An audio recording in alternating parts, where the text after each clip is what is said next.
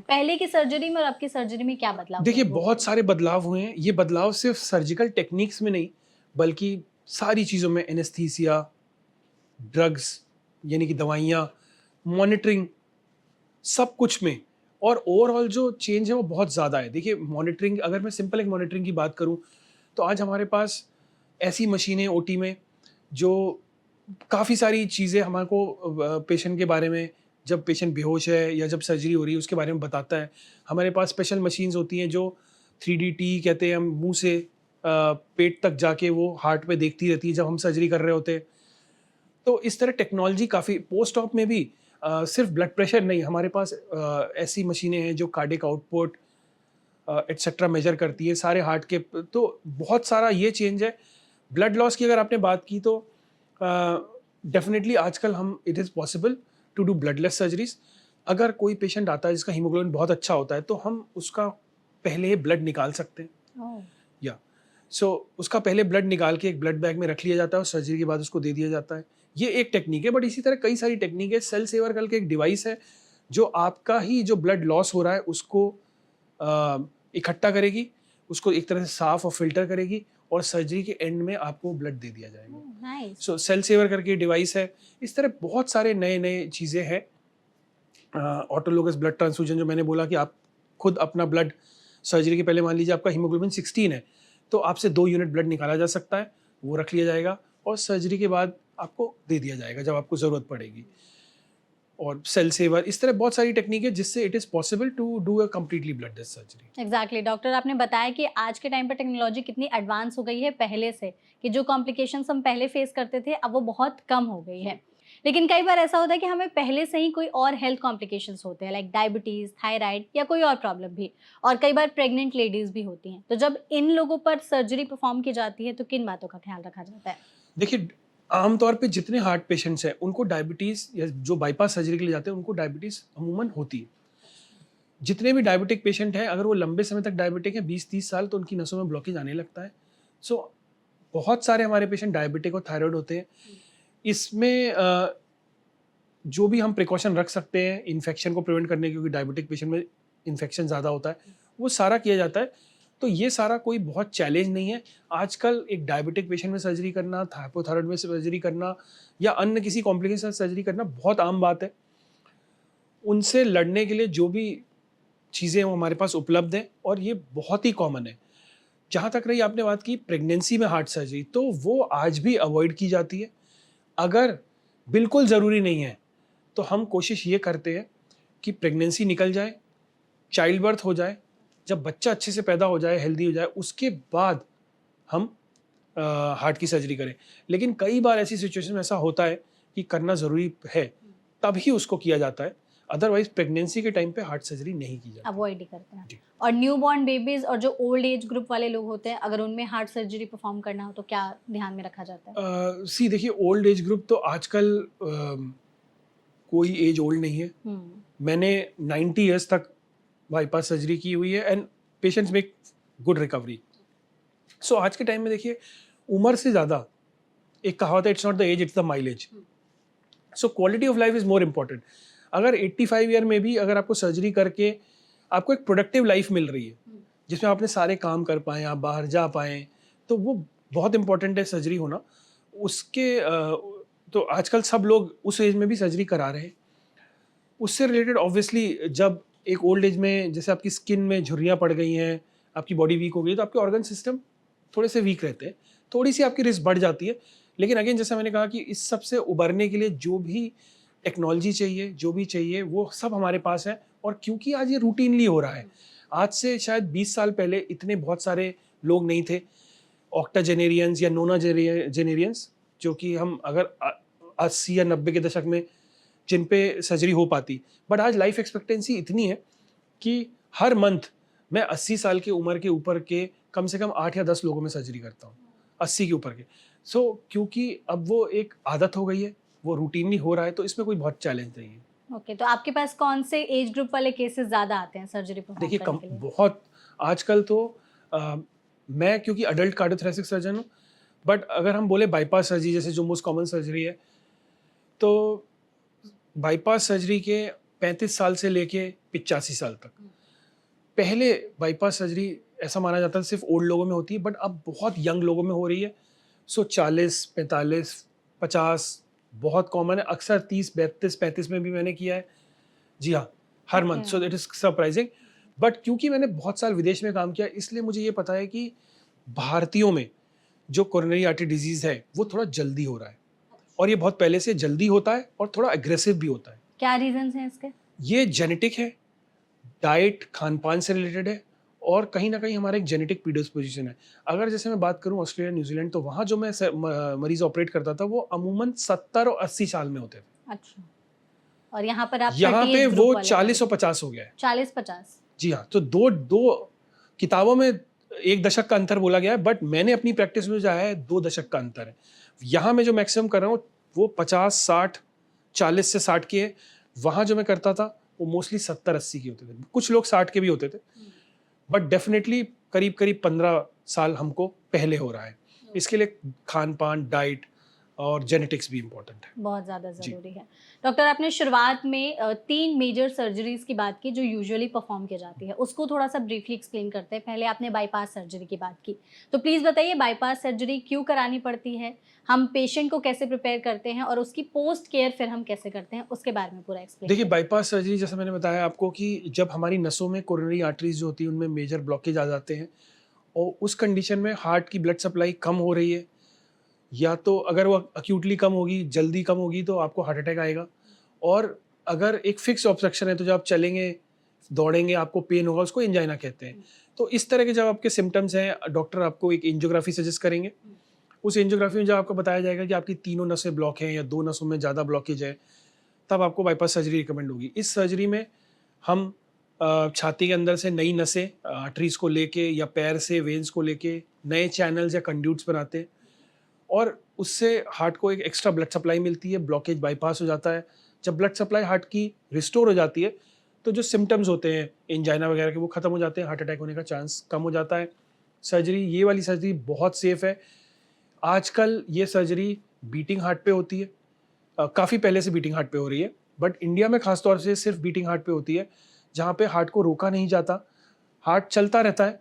उसके ऊपर, चलते हुए हार्ट के ऊपर हमारे पास एक मशीन होती है ऑक्टोपस, वो एक इस तरह के उसके 2 लिम्स होते हैं, वो हार्ट के एक पर्टिकुलर पोर्शन को स्टेबलाइज कर देते हैं, और वो चलते हुए हार्ट पे हम नसें लगा देते हैं। चलते हुए हार्ट पे सर्जरी परफॉर्म होती है? जी हाँ, बीटिंग हार्ट सर्जरी कहते हैं उसको। और इससे फ़ायदा ये होता है कि मरीज की रिकवरी बहुत क्विक होती है, हार्ट को बंद नहीं करना पड़ता, ब्लड ट्रांसफ्यूजन रेट कम है, किडनी भी प्रोटेक्टेड रहती है, बहुत सारे इसके फ़ायदे हैं। सो इसीलिए इसका सक्सेस रेट ओवर 99% है। कोई कॉम्प्लिकेशंस इसके? देखिए, 1% कॉम्प्लिकेशन तो हर चीज़ में है। हाँ। उसी तरह छोटे मोटे कॉम्प्लिकेशंस, स्पेशली अगर आपको डायबिटीज़ है या आपका हार्ट फंक्शन खराब है, आपकी नसें खराब है, तो 1% overall risk of complication, but still it is very safe.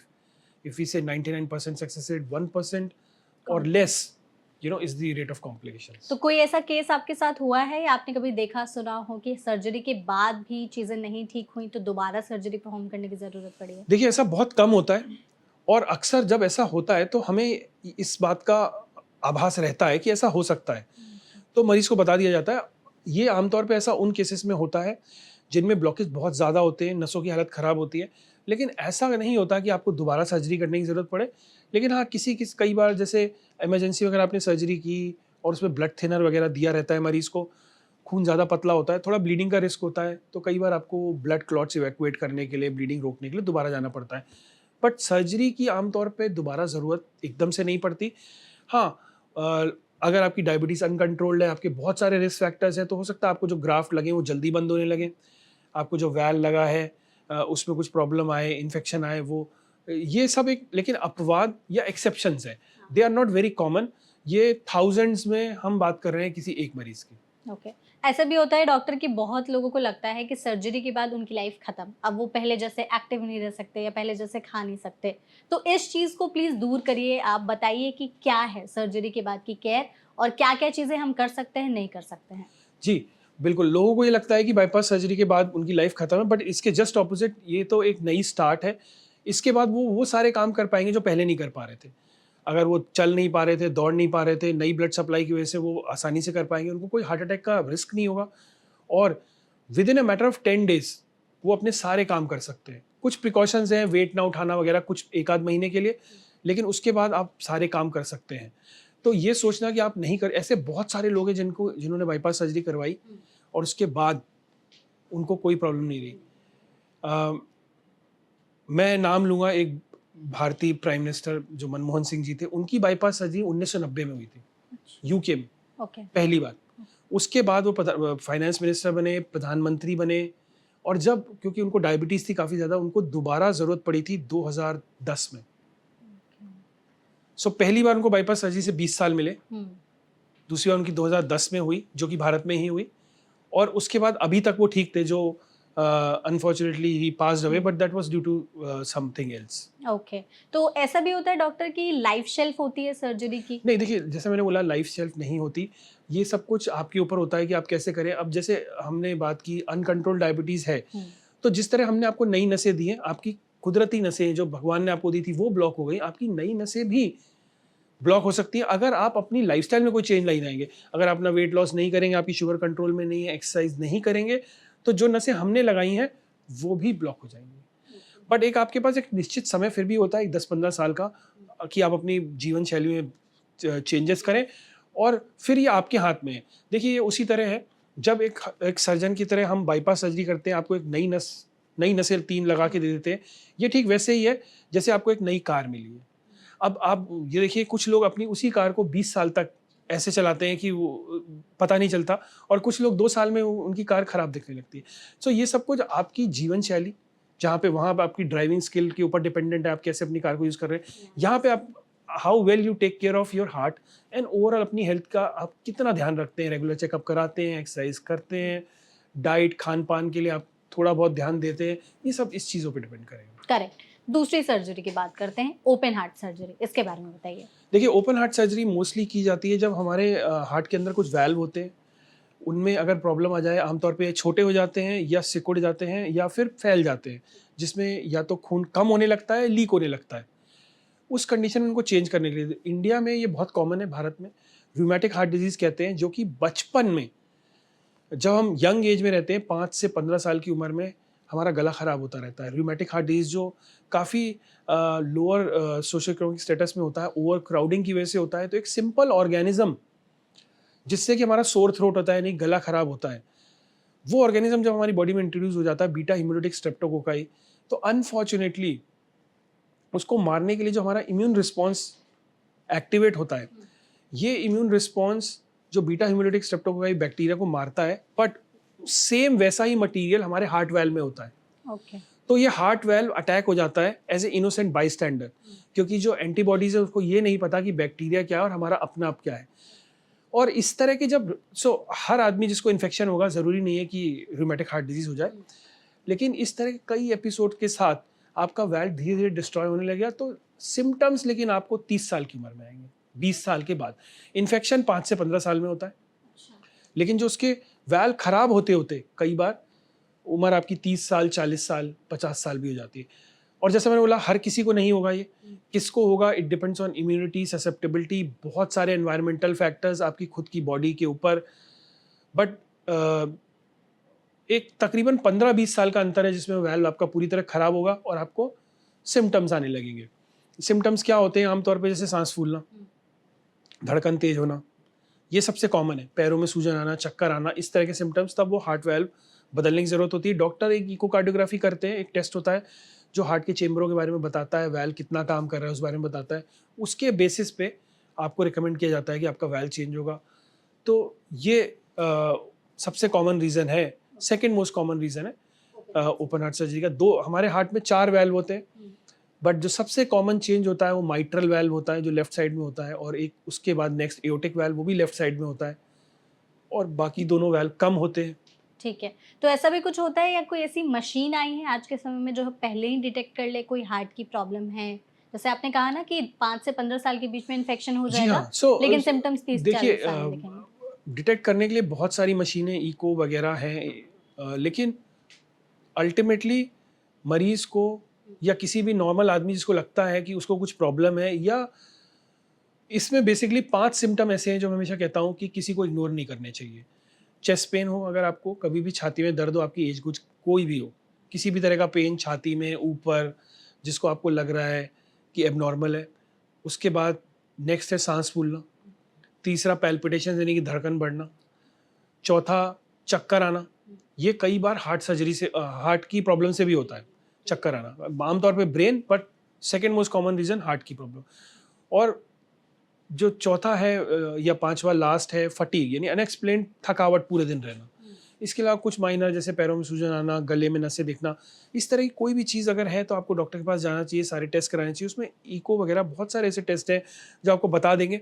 और अक्सर बहुत सारे केसेस में मरीजों को पता होता है कि वैल्व नहीं काम कर रहा है और उनको मेडिकल ट्रीटमेंट पे रखा जाता है, कई साल दोबारा देखा जाता है, और जब वो सीवियर या काफ़ी ख़राब हो जाए तभी उनको चेंज किया जाता है। आपने जैसे बोला ना कि वॉल्व में जो दिक्कतें हो जाती है, जैसे कि सिकुड़ जाता है या ब्लड लीकेज होने लगता है, तो मैंने एक टर्म सुना है यहाँ पे बलूनिंग जैसा कुछ जी होता है। हाँ। तो बलूनिंग करने की ज़रूरत क्यों पड़ती है और किस पर कब की देखिए जाती है? सो जब अर्ली स्टेजेस में वैल्व सिकुड़ गया है और उसको अर्ली स्टेजेस में जब सिकुड़ा है लेकिन बहुत ज़्यादा दूसरे चेंजेस नहीं है, तो उसको सिर्फ एक सिंपल कैथेटर जो हम अपनी पैर की आर्टरी से डालते हैं और बलून करके उसको खोला जा सकता है। बट ये टेम्परेरी रिलीफ प्रोवाइड करता है। कितने दिनों तक के लिए? ये देखिए इसका टाइम पीरियड बहुत वेरिएबल है, बट 1 साल से लेकर 10 साल, कई बार और ज़्यादा भी। But ultimately ballooning is not the final treatment.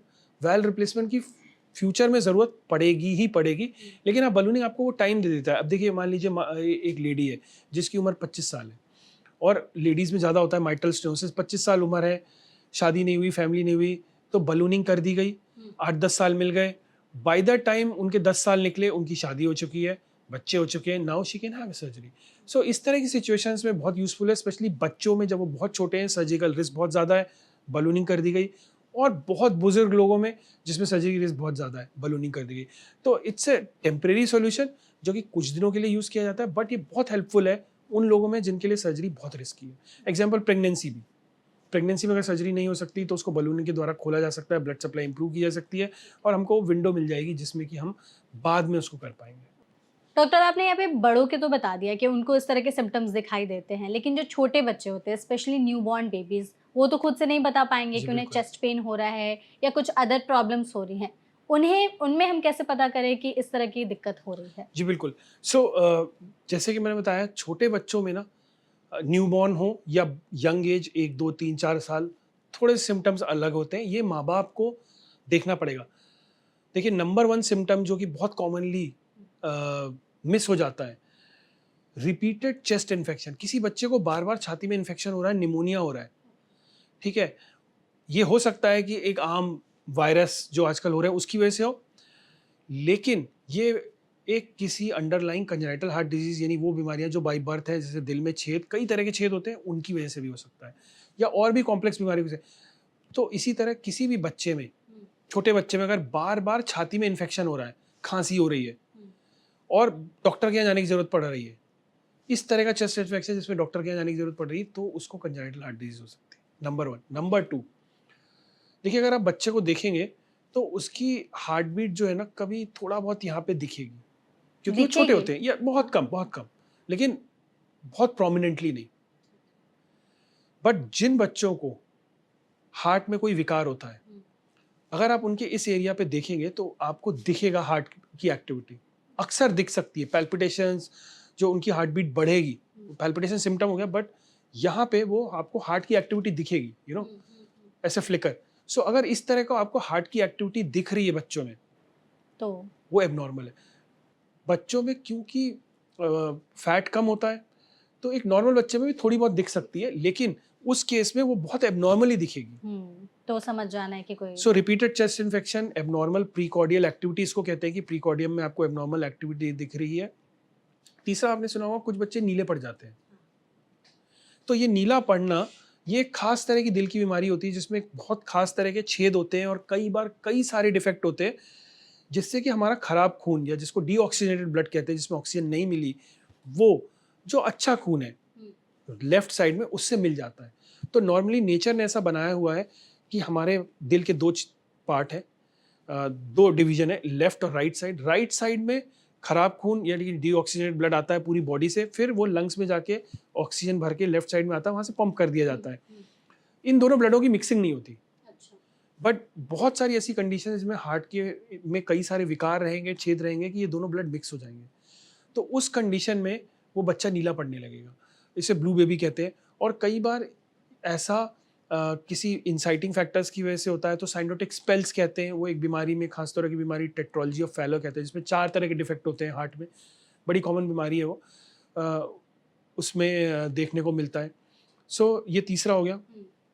Repeated chest infections number 1, number 2 abnormal precordial activity, तीसरा ब्लू बेबी, ये 3 मेन है। इसके अलावा कई बार गर्दन की नस एबनॉर्मली दिखना, या कई बार आपने देखा होगा नाखून में कुछ उभरा हुआ रहते हैं नाखून, उसको क्लबिंग कहते हैं, उस तरह के चेंजेस। बट आमतौर पे छोटे बच्चों में यही 3 चीज़ें हैं जो कि आपको ज़्यादा जल्दी बताएंगी कि हार्ट में कुछ प्रॉब्लम हो सकती है, क्योंकि छोटे बच्चे आमतौर पे उनकी सांस नहीं फूलती, they are very fit and active. अगर वो बहुत छोटे हैं तो वो गोद में हैं, और अगर वो चल फिर रहे हैं तो भी उनकी सांस नहीं फूलती और उनको पता भी नहीं चलता। तो उस तरह के लक्षण में नहीं पता चलेंगे। पहले जो 3 मैंने आपको लक्षण बताए वही मेन है जिनसे पता चलेगा। इसके साथ कुछ और जैसे कॉमन लक्षण है जो कि दूसरी बीमारियों में भी हो सकते हैं, जैसे अगर आपकी ग्रोथ प्रॉपर नहीं हो रही है, बच्चे की ग्रोथ प्रॉपर नहीं हो रही है, पुअर फीडिंग या पुअर न्यूट्रिशन, लेथार्जी, इरिटेबिलिटी, इस तरह की चीज़ें भी कुछ बीमारियों में मिलती हैं। तो कोई भी एबनॉर्मल सिम्टम बच्चों में इग्नोर नहीं करना चाहिए, क्योंकि ये किसी और बीमारियों का भी पार्ट हो सकता है। एग्जैक्टली, हमें तुरंत जाकर के अपने डॉक्टर से कंसल्ट करना चाहिए।